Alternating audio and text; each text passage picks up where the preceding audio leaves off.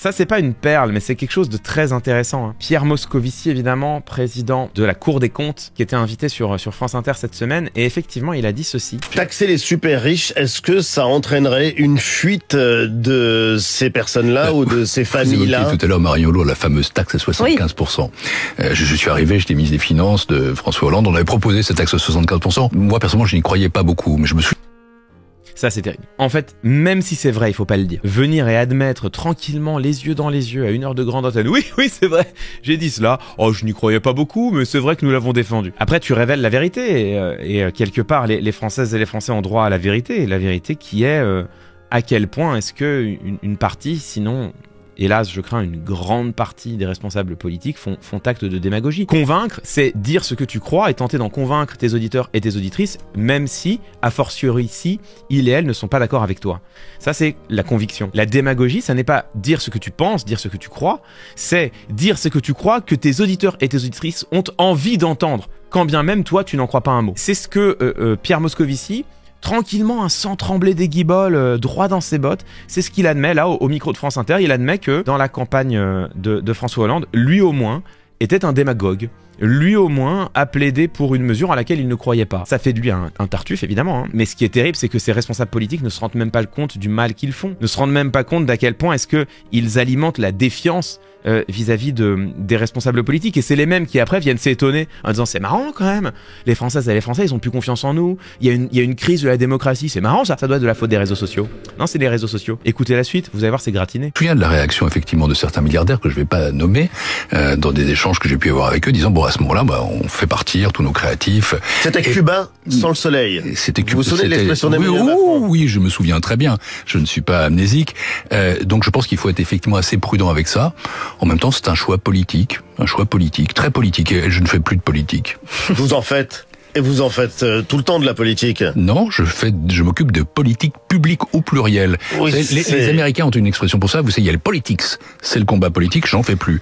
Parfois ça me manque, mais j'en fais plus. Et puis il y a les policies, les politiques publiques. Alors ça, j'en fais à fond. Il trace une frontière qui est totalement fallacieuse. C'est un docteur en sciences politiques qui vous le dit, effectivement. Il y a deux mots en langue anglaise, politics et policies. Politics, c'est la politique au sens du combat politique, de la sphère gouvernementale, et puis il y a les policies, c'est ce qu'en français on appelle les politiques publiques. Il fait comme si, parce que tu as deux mots, tu as deux choses qui sont totalement distinctes. Donc tu aurais, d'après Pierre Moscovici, la politics, le combat politique, les déclarations, la rhétorique, l'emphase, la démagogie, les propositions à lesquelles on ne croit pas véritablement, bref, ça il n'en ferait plus. Et puis tu aurais les policies, c'est-à-dire les politiques publiques qui s'appliquent aux citoyens, qui concernent les citoyens, qui sont les politiques publiques qui modifient réellement le quotidien des gens, et ça il en ferait à fond, sous-entendu parce qu'elles ne relèvent pas de la politics, parce qu'elles ne relèvent pas du jeu politicien, parce qu'elles sont, en d'autres termes, techniques. Donc ce que dit Pierre Moscovici, c'est parce qu'il y aurait deux mots, il y aurait deux choses totalement séparées, la politique politicienne, sous-entendu qu'il ne serait à faire que de mots et de postures, ça il n'en fait pas. Et puis les politiques publiques, sous-entendu qui elles n'auraient rien à voir avec la politique, qui ne serait que de la technique, que de la rigueur, que de la bonne gestion, et ça il en fait à fond. Ce pourquoi Pierre Moscovici est en train de plaider, c'est une vision dépolitisée de la politique. Ce qu'il est en train d'expliquer, c'est que au fond, en politique, il y a les jeux, les postures, les idéologies, et puis qu'après il y a la gestion, la bonne gestion, la rigueur, celle des techniciens, comme lui, qui savent ce qui est bon et ce qui est mauvais pour le pays. Ça, c'est exactement en réalité le point de vue d'Emmanuel Macron, c'est en réalité exactement le point de vue plus généralement des libéraux, puisque le grand jeu du libéralisme, c'est de faire passer leur idéologie pour de la bonne gestion. Et c'est pour ça qu'on a Michel Barnier par exemple, qui te dit que lui tout ce qu'il veut, c'est trouver des solutions, des bonnes solutions pour le pays, des solutions qui viennent du terrain, des solutions qui répondent véritablement aux problèmes des Français. Nous devons et nous allons davantage agir que parler. Ça n'existe pas en fait. Pierre Moscovici ne se rend même pas compte qu'il tient le même discours que Michel Barnier, qui est le même discours que celui d'Emmanuel Macron évidemment, c'est-à-dire l'idée qu'il y aurait d'un côté les idéologues de la France Insoumise, du Nouveau Front Populaire, du Rassemblement National, qui refuseraient de regarder la réalité telle qu'elle est et qui se contenteraient de proposer des fantasmes fondés sur la réalité telle qu'ils et elles voudraient qu'elle soit. Donc il y aurait d'un côté les idéologues et de l'autre les personnes rigoureuses.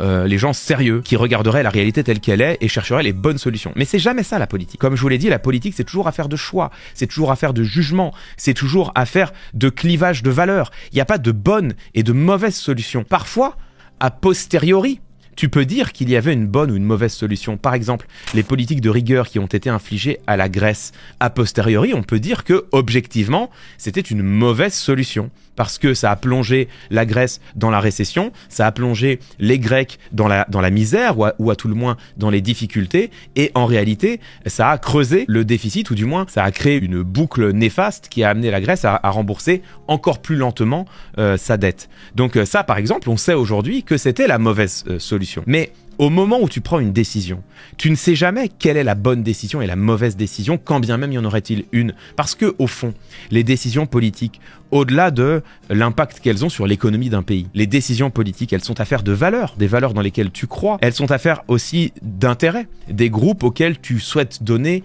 la prééminence, des groupes dont l'intérêt te semble le plus majeur, le plus important, le plus imminent. La politique, elle est toujours affaire de choix. Les décisions politiques, elles sont toujours affaire de tout cela. Elles sont toujours affaire des valeurs dans lesquelles on croit. Elles sont toujours affaire, les décisions politiques, de l'idée que l'on se fait, de l'impact qu'aura une décision présente dans l'avenir, une idée qui n'est jamais certaine. Bref, la politique, c'est le domaine de l'incertitude et des valeurs. L'incertitude et les valeurs, c'est la définition d'une idéologie. Une idéologie, c'est quoi? C'est un ensemble de valeurs dans lesquelles tu crois, d'hypothèses derrière lesquelles tu te rassembles et qui vont déterminer une ligne politique.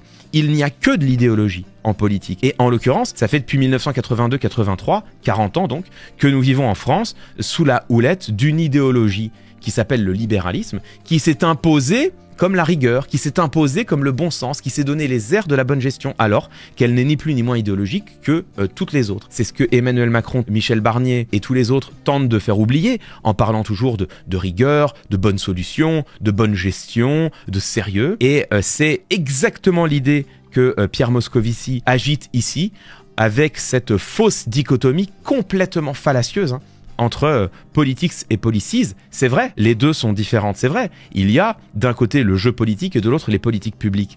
Mais les politiques publiques ne sont pas pour autant opposées à la politique. Au contraire, c'est la vision politique d'un responsable qui va déterminer pour quelle politique publique il veut plaider. Et donc, quand Pierre Moscovici nous dit les yeux dans les yeux, « Moi je fais de la politique publique », mais je fais pas de politique. En fait, tu viens de dire le contraire, frérot. Si tu dis que tu fais de la politique publique, c'est que tu fais de la politique. C'est que tu plaides pour une idéologie. C'est que tu défends des valeurs. C'est que tu défends l'idée que tu te fais de la France. Et il en a le droit. Il est légitime à le faire. Il faut juste le reconnaître. Il faut juste avoir l'honnêteté de l'admettre. Ça n'est pas ce qu'il fait ici.